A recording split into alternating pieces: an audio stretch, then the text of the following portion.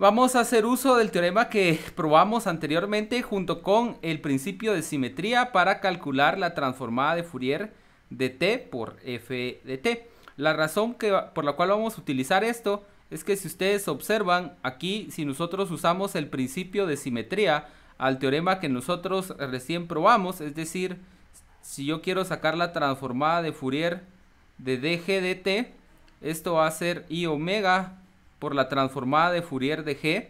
Entonces la transformada de Fourier de esto, o sea, i t por g mayúscula evaluado en t, va a ser igual a 2pi la derivada de g, solo que ahora respecto de omega, y esta evaluada en omega, y esto evaluado en menos omega. Así es como va a ser debido a al principio de simetría. Entonces acá nosotros tendríamos una forma de calcular la transformada de Fourier de t por g elevado por g. Y en este caso lo que nosotros necesitamos es una función cuya transformada de Fourier sea f minúscula, pero eso también nos lo da el principio de simetría, porque si nosotros calculamos la transformada de Fourier de, aquí vamos a colocar la transformada de Fourier de t, de f, perdón, entonces vamos a tener 2pi por f de menos omega, así. Entonces acá nosotros sabemos que la transformada de Fourier de f de menos omega por 2pi sería f mayúscula pero evaluado en t. Entonces ahora nosotros, para quitar este menos omega que tenemos acá, vamos a aplicar uno de los teoremas que nosotros tenemos, que es cuando cambiamos de escala en el tiempo. Es decir, si nosotros dividimos, si multiplicamos esto por a, en este caso el a sería menos 1, lo que vamos a obtener es 1 partido valor absoluto de a, que es menos 1, por la transformada de Fourier evaluada en omega dividido a, que es menos 1. O sea que aquí nosotros tenemos esta relación.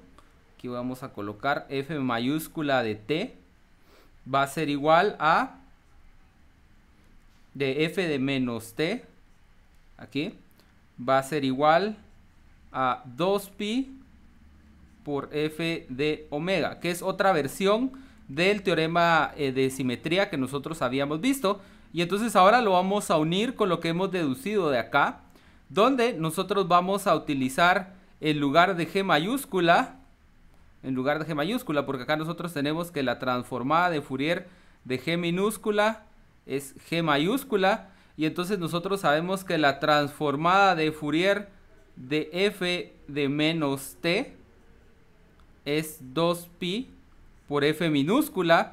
Recordemos, de este lado tenemos el dominio del tiempo, de este lado tenemos dominio de frecuencia, y entonces si aplicamos esto así,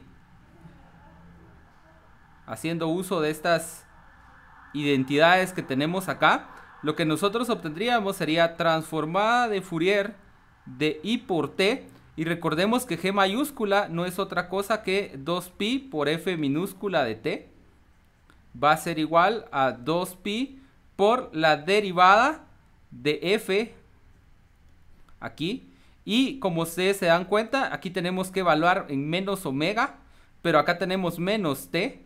Entonces, derivada de esto que está acá, nosotros vamos a derivar esto respecto de la variable en la que está siendo evaluada. En este caso vamos a poner aquí de menos omega dividido de omega, y esto evaluado en menos omega otra vez.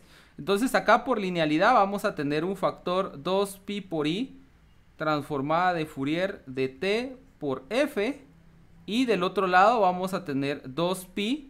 Derivada de esto, por regla de la cadena, sería la derivada de f respecto de omega, evaluada en menos omega, y la derivada de menos omega sería menos 1.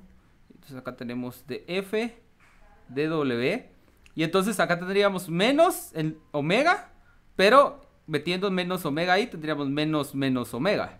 Y entonces lo que nosotros obtenemos es 2pi por i por la transformada de Fourier de t por f va a ser igual a menos 2pi por la derivada de la transformada de Fourier, pero respecto de omega.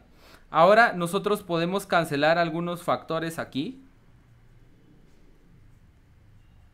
Y entonces tendríamos menos 1 dividido I de f de omega. Pero como ustedes saben, esto lo podemos racionalizar multiplicando por menos I en el numerador y el denominador. Y lo que obtenemos es que la transformada de Fourier de t por f es igual a 1, perdón, aquí a I por la derivada de la transformada de Fourier en el espacio de frecuencia. Y acá tenemos nuestro resultado.